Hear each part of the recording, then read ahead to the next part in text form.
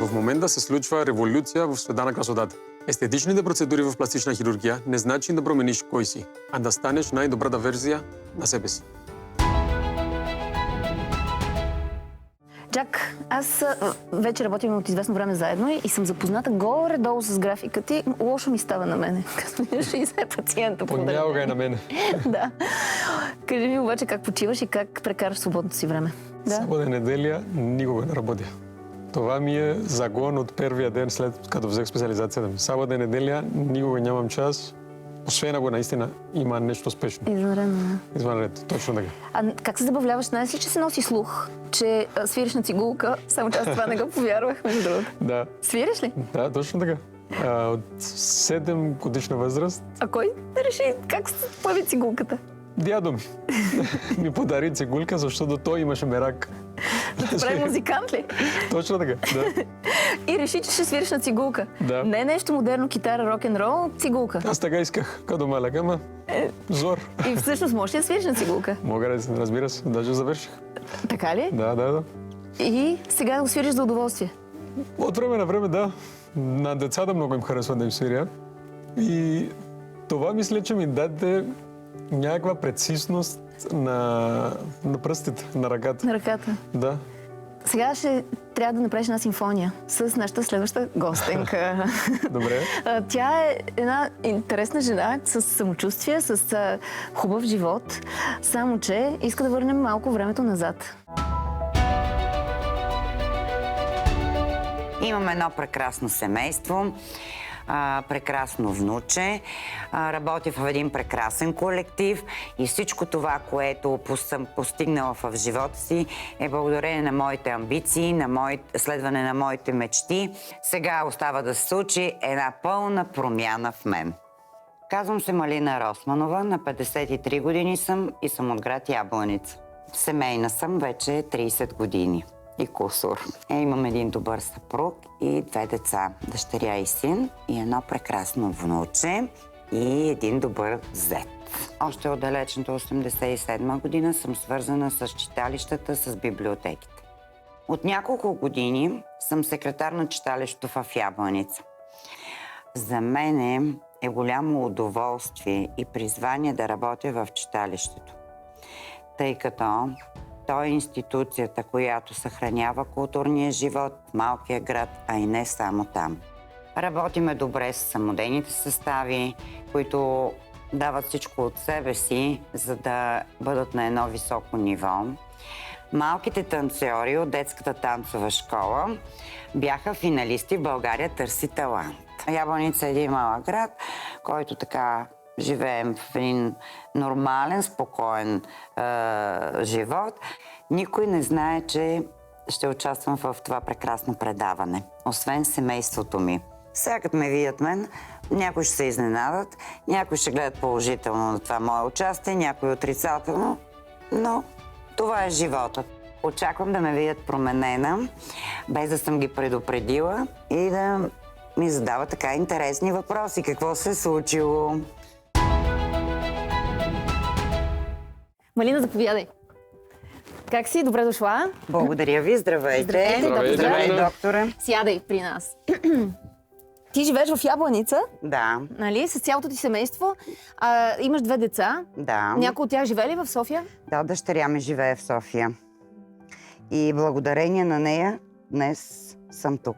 Да, Браво, тя ни писа, между другото, и каза, пише ви от името на моята майка, защото искам да направите нещо за нея. Аз съм Деница и съм дъщеря на Малина. Аз записах майка ми за предаването, тя дори не знаеше. Аз знах, че тя иска да промени нещо в себе си, в лицето си по-скоро. И видях рекламата по телевизията и реших да я запиша. След като разбрах, че е избрана, тогава и казах. Тя беше доста очарована от това предизвикателство за нея. За мен това беше голяма изненада. Не очаквах. Точно сега и точно в този момент. Много щастлива бях. Явно дъщеря ви много ви обича. Наистина е така. Да. Цялото семейство ме обича, всички ме подкрепят. Ти от колко години си жена? Ми вече 32. Ама това е много. Много е. Как се пази брак толкова години? Една любов се крепи с търпение. Това е. За мен това е едно правило и го спазвам. Не звучи много надежно. Не надежно, но успешно. А ти от колко време си женен, Джак? Колко години направихте? Чакай, че. Ще ме бие жена ми за... От 2016, значи 6 години. Да. Так, И- 2015. А твоята рецепта каква е, за да бъде успешен брака ви? Работя много. Да. Много време съм извън къща, значи... Не, беше шегувам се. Много любов, наистина, много разбиране. И трябва да... Взаимни компромиси. Взаимни компромиси, точно, правилно. Да. А ти процедури на жена ти някакви правиш ли? Освежаваш ли я?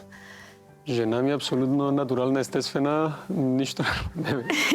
Един Тя път не всичко е иска да направи, обаче не давам. Прави основно поддържащи терапии. Да. Защото и аз искам да я поддържам, така както си е. Както се запознахме, една и съща до днес. Да си стои. Добре, обаче Малина нищо никога не си е правила. Това е Да, много лошо. докторе. За това си тук. Смятам, че всяка една жена се чувства красива. И така трябва да бъде. Но след 53, малко по малко, настъпват различни промени. Ти какво искаш? Какво искаш да се случи с теб в моето ново аз? Аз харесвам предизвикателствата и искам да се видя в огледалото малко така, да се върна назад в годините, в които съм била. Колко години искаш да върнеш назад? Поне 10. 10, че може ли да махнете, доктор Джак? Повече може. Ето, Да. значи всичко е точно. Никога не съм очаквала, че мога да се върна времето 10-15 години назад. По повод това как изглеждам. И сега предстои, и за мен ми е, чакам с нетърпение да се случи, за да видя какво ще се случи. Ами хайде тогава да изпратим при твоя екип от специалисти, а пък ти през това време ще решиш какво точно ще правиш. Добре. Преди да обсъдим Малина, искам да те питам, ти като се погледнеш в огледалото, какво виждаш и харесваш ли се? Харесвам се. Както съм си, грижа се за себе си, разбира се, тренирам, спазвам хранителен режим, правя си малко бодолинов токсинче. За да няма бръчки, Еми да, като ти разбира се. ядосват Трябва да пациентите. се грижа. Не Добре. трябва да се виждам ядосан никога. И имало ли си случаи пациенти, които идват при теб и ти казват, че си правили абсурдни неща? Знаеш ли, четох напоследък как Том Круз поддържал годините с изпражнения от славей. Спадал върху лицето. Сигурен съм, че не е само това. Не, славея и изпражненията му не са помагали. Ами не, Не. сигурен съм. Очудвали ли са те пациенти с някакви домашни неща, дето си правят? Много често, да.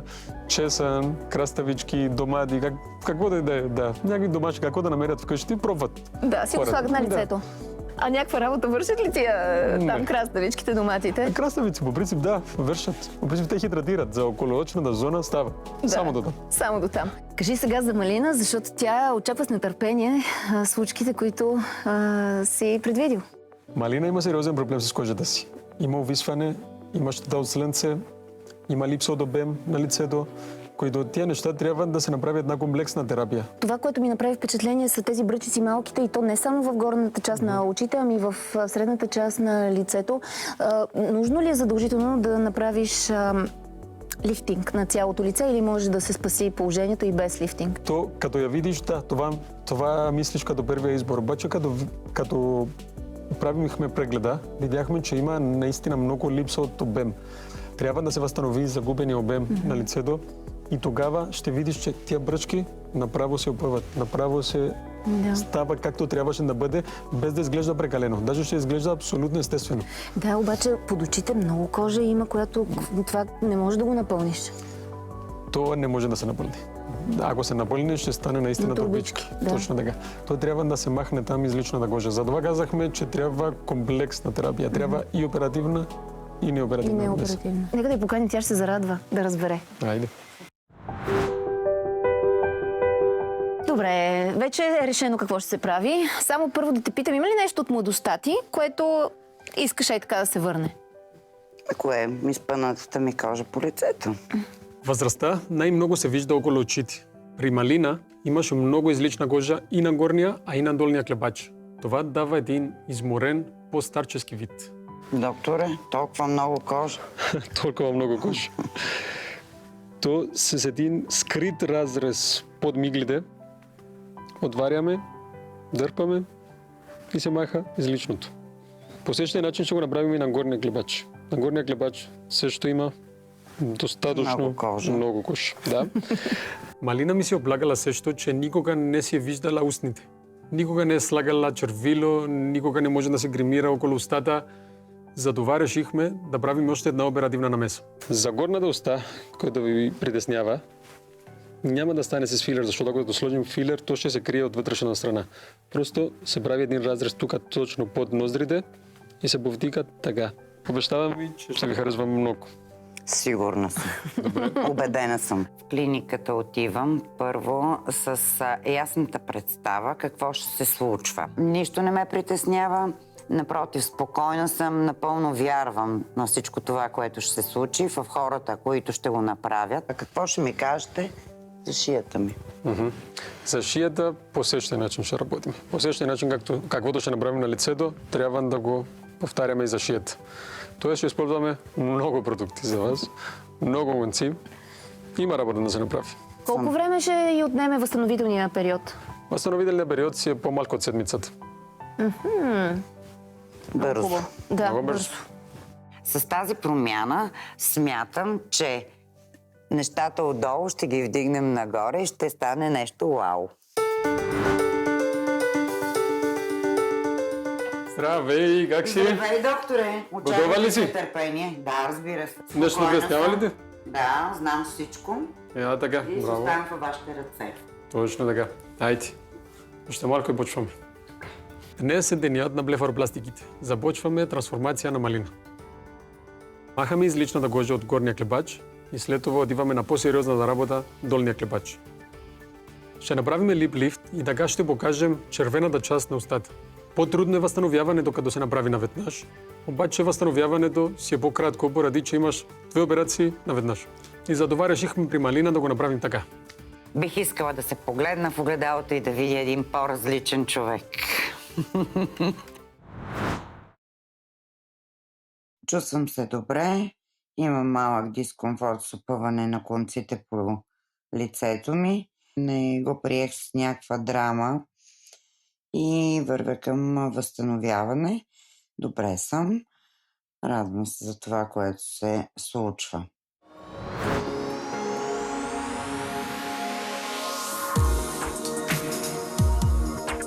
Аз съм доктор Иван Озунов. Избрах да специализирам пластична хирургия, тъй като ми беше мечта още от ученик. Тази област на хирургията дава една невероятна свобода на лекаря. Може да работи върху скалпа, трансплантация на коса, върху лицето, има най-различни интервенции, върху крайниците, върху тялото, което прави тази специалност уникална по рода си. О, здравей, Марина! Здравей, Радвам докторе! се да те видя. Как си? И аз също. Благодаря, добре. Отлично се чувствам. Нищо драматично нямаше. Но по-скоро моето внуче, като ме видя, каза: "Ау, баба е ганго." Де-факто гадна. Гадно ми изглежда. Да. Но всичко беше нормално. Добре. Ами чудесно си, между другото. Много добре се възстановяваш. Ще изчакаме още около седмица, за да спадне изцяло оттока и после ще започнем с поставяне на лифтинг конци, хиалуронови филари и колагеностимулатори, които да ти дадат завършен вид на лицето. Чудесно. Със сигурност тя ще се чувства много по-добре в новата си кожа. Ще видим крайния резултат. Мисля, че ще е уникално.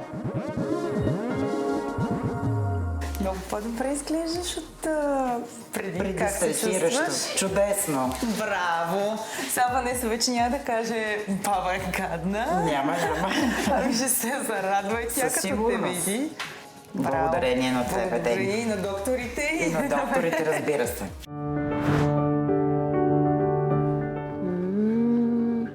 Нищо няма от това, което беше отдолу под И очите. разбира се, това е целта. Да. Аз се запознах с дъщеря ти. Тя е супер. Ти, дъщеря ти и внучката сте женската част на фамилията. Как реагират мъжете обаче на цялата ситуация? Как реагират? Съвсем нормално. Нямаше никаква драма. Даже така ме подкрепяха. Ще се възстанови, ще стане все по-добре. Сега обаче ще продължим с трансформацията. Искаш ли нещо конкретно да се направи? Искам да ми се оправят веждите. Това е Задължително. задължително. Здравейте, казвам се Марина Лилова и съм медицински козметик. Освен да извършвам моите любими терапии за лице, обожавам да правя процедури от типа на микроблейдинг, микропигментация. Това, което искам да знам, винаги ли са били с тази форма, така редички и рехави, или с времето са претърпяли промяна? Не са били такива. При всички случаи, като бях по-млада, бяха по-добре. Сега имат корена промяна. Това, което искам днес да променим на твоите вежди е следното. Искам да изместиме началото. Искам те да започват по-навътре. Бих искала веждата да бъде по-повдигната и окото да бъде по-отворено. Това ще предаде един още по-младежки вид и хубаво излъчване, защото всички знаем, че веждите са рамката на нашето лице и излъчването е много важно. В случая ще използвам техника микроблейдинг. Нейната кожа е подходяща за целта, не е проблемна, не е мазна. Ще имитираме 3D визуално реалистични косъмчета. Почти безболезнена е процедурата, като трайност ефектът би се запазил до година и половина. Чудесно. Прекрасно. Всъщност вече имаш вежди. Да, харесват ми. Радвам се. Благодаря ти много. Избрахме цвят, който се доближава максимално до косъмчетата на твоите естествени вежди. Въпреки че твоята коса е доста по-светла, аз предпочитам да няма разлика между естествения косъм и този, който сме визуализирали.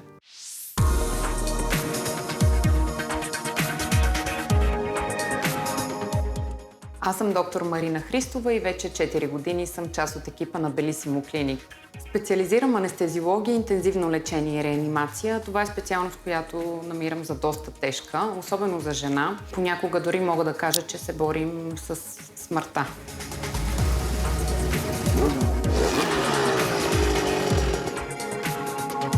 Както в работата си, така и в личния си живот съм почитател на силните усещания. Едно от любимите ми неща е да карам мотор и да се занимавам с бойни изкуства.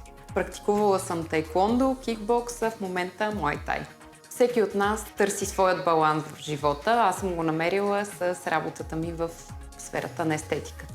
Да помагам на хората да се чувстват по-добре в собствената си кожа и да имат повече самочувствие ме удовлетворява и ме мотивира да продължавам да работя тук. Дали си правила някога нещо в областта на шията? Дори дали си нанасяла някакъв най-обикновен хидратиращ крем? Особено внимание на шията никога не съм си обръщала и затова и нищо не съм правила. Това е доста трудна зона и доста рядко пациентите обръщат внимание. Въпреки, че не си полагала грижи, все пак мога да кажа, че съм виждала доста по-зле изглеждащи кожи в тази зона. Така че... Успокояващо и мотивиращо, нали, че можем да постигнем добри резултати. Когато набръчквам кожата, тя остава продължително време в тази позиция. Така че бих препоръчала сега да направим една процедура, с която можем да подмладим тази зона.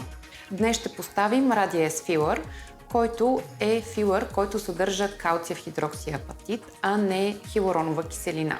Това означава, че този филър ще стимулира собствения организъм да произведе колаген, който ще образува така наречената колагенова мрежа.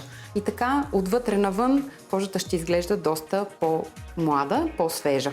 Резултатът ще се разгърне след поне 2 седмици, дори месец. Въпреки това, още веднага след инжектирането може да се види, че съвсем леко са така поизгладени и запълнени тези линии, които се виждаха преди. Грижата за кожата трябва да продължи и у дома, затова при Малина избрахме подходящи продукти, които да помогнат резултатът от процедурите да се запази по-дълго време и кожата й да бъде по-хидратирана и озарена. И как усещаш кожата си? По-скоро като суха, като мазна, ми е много смесена? суха и заради това използвах такива кремове, които така да има и влажност в нея и да ми е по-добре, иначе ме опъва. При нея кожата е сива и повяхнала, което се дължи не само на стареенето, а и на тютюнопушенето. Винаги мога да позная кога един човек е пушач. От Блефаропластиката до сега нищо не съм слагала Добре. на кожата и направо ми се е стегнала. Мисля, че е време в такъв случай да ти препоръчам продукти, които аз смятам, че са подходящи за теб, дори в този момент след извършените процедури. За нея мисля, че е много подходящ нощния флуид на Biotrade и серията Pure Skin. Нощният флуид има благоприятно действие върху кожата благодарение на съставките си, а това са сквалан, ниацинамид, фосфолипиди, хиалуронова киселина, витамин Е.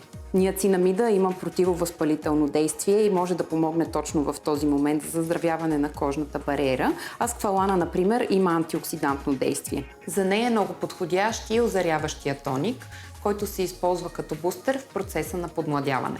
Той съдържа алфа и бета хидроксикиселини, които имат пилинг ефект и по този начин стимулират естественото обновяване на кожата.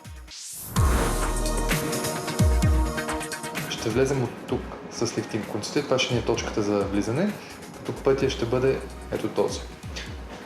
Ефектът ще бъде ето такъв. Той ще повдигнем леко скулата и ще дърпнем назад. Също за долната челюст ще влезем от тук. Хода на конците ни ще бъде този. При Малина предстои да поставим лифтинг конци от марка Aptus. Това са грузински конци, които са от най-ново поколение. Съдържат и хиалуронова киселина, която допълнително хидратира и заздравява кожата и текстурата на кожата, освен че придават и лифтинг ефект. Процедурата отнема 30-40 минути, става и си тръгва и след няколко дни спокойно може да се върне на работа. Това при оперативната интервенция е невъзможно.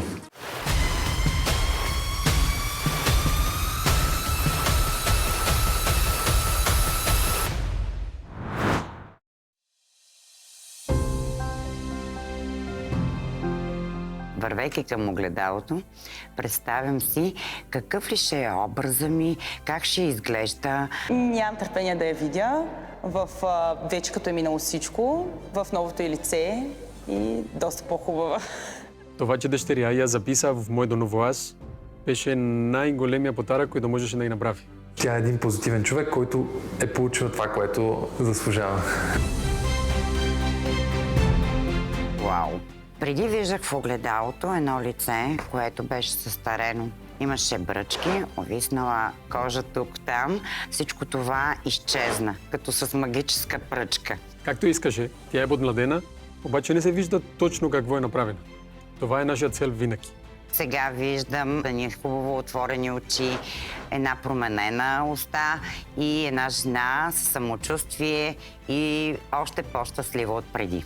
И съм благодарна на съдбата, че имах щастието да участвам в това предаване. И то беше благодарение на моята прекрасна дъщеря, подкрепата на моето семейство, на моя прекрасен съпруг и моят син. Ако трябва пак да го направи, пак бих я записала и мисля, че тя пак би се съгласила да участва. Нека жените над 50 правят хубави неща за себе си, да не се отказват, да не се отчаиват, трябва да продължават смело напред. Ето, вече за Малина възрастта няма значение. Може да казва, че на колкото си иска години. Тя може да е на 53, но спокойно може да казва, че е на 35. Сега съм готова за нови приключения. Животът първо предстои, за мен живота въобще не е свършил. Аз съм щастлива и след всичко това, което ми се случило в това приключение, съм още по-щастлива и надявам се за бъдеще и още, и още, и още.